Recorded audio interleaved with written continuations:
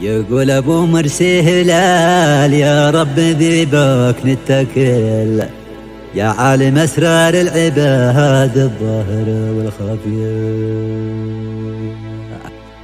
احفظ لي الوالد وصونه يا الهي واكتفل، ولي سند دايم على مر العصور الماضية. واحفظ لي امي نور عيني فوق ما قلبي يدل، يا من لك ارجع ملتجي في الدنيا والقاسية. كتب كلماتها الشاعر هلال محمد الوشاح ويهديها إلى والده ووالدتها الغاليين وإلى إخوانه جميعا وتحكي ما فيها.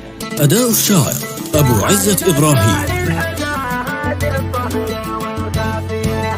يقول ابو مرسي هلال يا رب ذيبك نتكل، يا عالم اسرار العباد الظاهرة والخافية.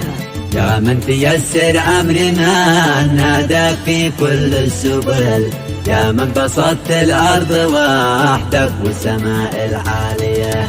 احفظ لي الوالد وجاوبني الخطر من كل حل، ولي سند دايم على مر العصور الماضية. يقول ابو مرسي هلال يا رب ذيبك نتكل، يا عالم اسرار العباد الظاهرة والخافية. يا من تيسر امر ما نادى في كل السبل، يا من بسطت الارض وحدك والسماء العالية.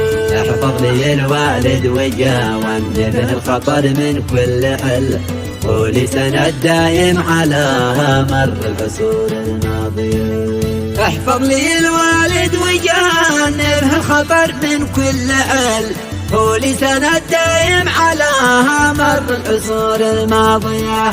ولي جبل عالي وشامخ فوق راسيله مطل، ضد الشدايد والعواصف والظروف القاسية. يا رب لا تحرم عياله من وجوده في المحل، طول بعمره عيشه ويا رب عيشه هانية. يا رب لا تحرم عياله من وجوده في المحل، طول بعمره عيشه ويا رب عيشه هانية. واحفظ لي امي نور عيني فوق ما قلبي يدل، يا من لك ارجع ملتجي وبالاولى والتالية.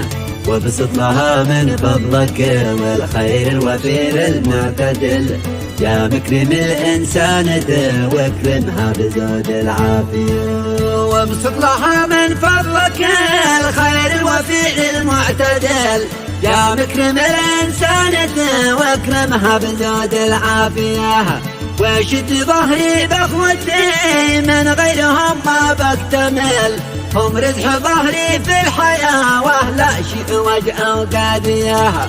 واختم وصلي على النبي ويبيع لنا خير الرسل، على محمد عدنا ونقرا سبا والعادية.